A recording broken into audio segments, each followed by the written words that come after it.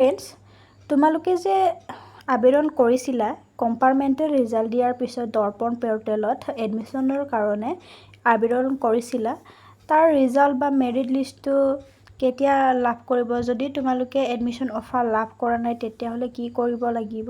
তাৰে বিষয়ে আজি আমি ইয়াতে গোটেই ডিছকাছ কৰিম। যদি ভিডিঅ'টো ভাল লাগে লাইক কৰিবা, কমেণ্ট কৰিবা আৰু ছাবস্ক্ৰাইব কৰিবলৈ নাপাহৰিবা।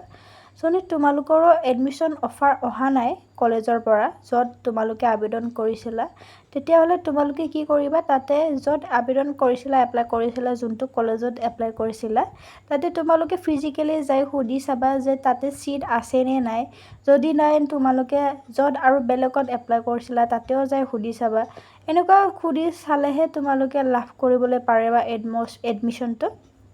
নহ'লে যদি এনেকুৱা ৰখি থকা যায়, লাষ্টত যদি কত নাহে তেতিয়াহ'লে এনেকৈ থাকি যোৱা হ'ব। সেইকাৰণে য'ত এপ্লাই কৰিছিলা তাতে তোমালোকে ফিজিকেলি যাই এবাৰ সুধি চাবা যে ভেকেঞ্চি যদি আছে, ছিট যদি আছে, তেতিয়াহ'লে এডমিশ্যনটো যেন তোমালোকৰ অফাৰ আনি দিয়ে, মানে অফাৰটো দি দিয়ে তোমালোকে এডমিশ্যন, তেতিয়াহে তোমালোকে এডমিশ্যন ল'বলৈ পাৰিবা, নহ'লে এডমিশ্যন ল'বলৈ নোৱাৰিবা।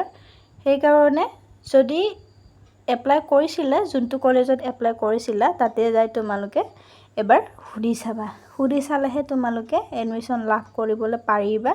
মেবি যদি আৰু তাতেও ছিট নাই তেতিয়াহ'লে তোমালোকে বেলেগত ট্ৰাই কৰিবা।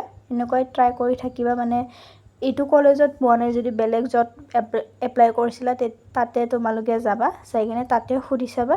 এনেকৈ সুধি চাবা আৰু এটা নহয় এটাতো তোমালোকে পাবাই, আৰু য'ত পোৱা তাতে তোমালোকে যেন পঢ়িব লাগিব, আৰু যদি ক'তো নাপোৱা তেতিয়াহ'লে তাতে তোমালোকে পঢ়িবলৈ লাগিব। আৰু যদি কিবা আৰু ইনফৰমেশ্যন আহে তেতিয়াহ'লে মই তোমালোকক জনাই দিম বাৰু।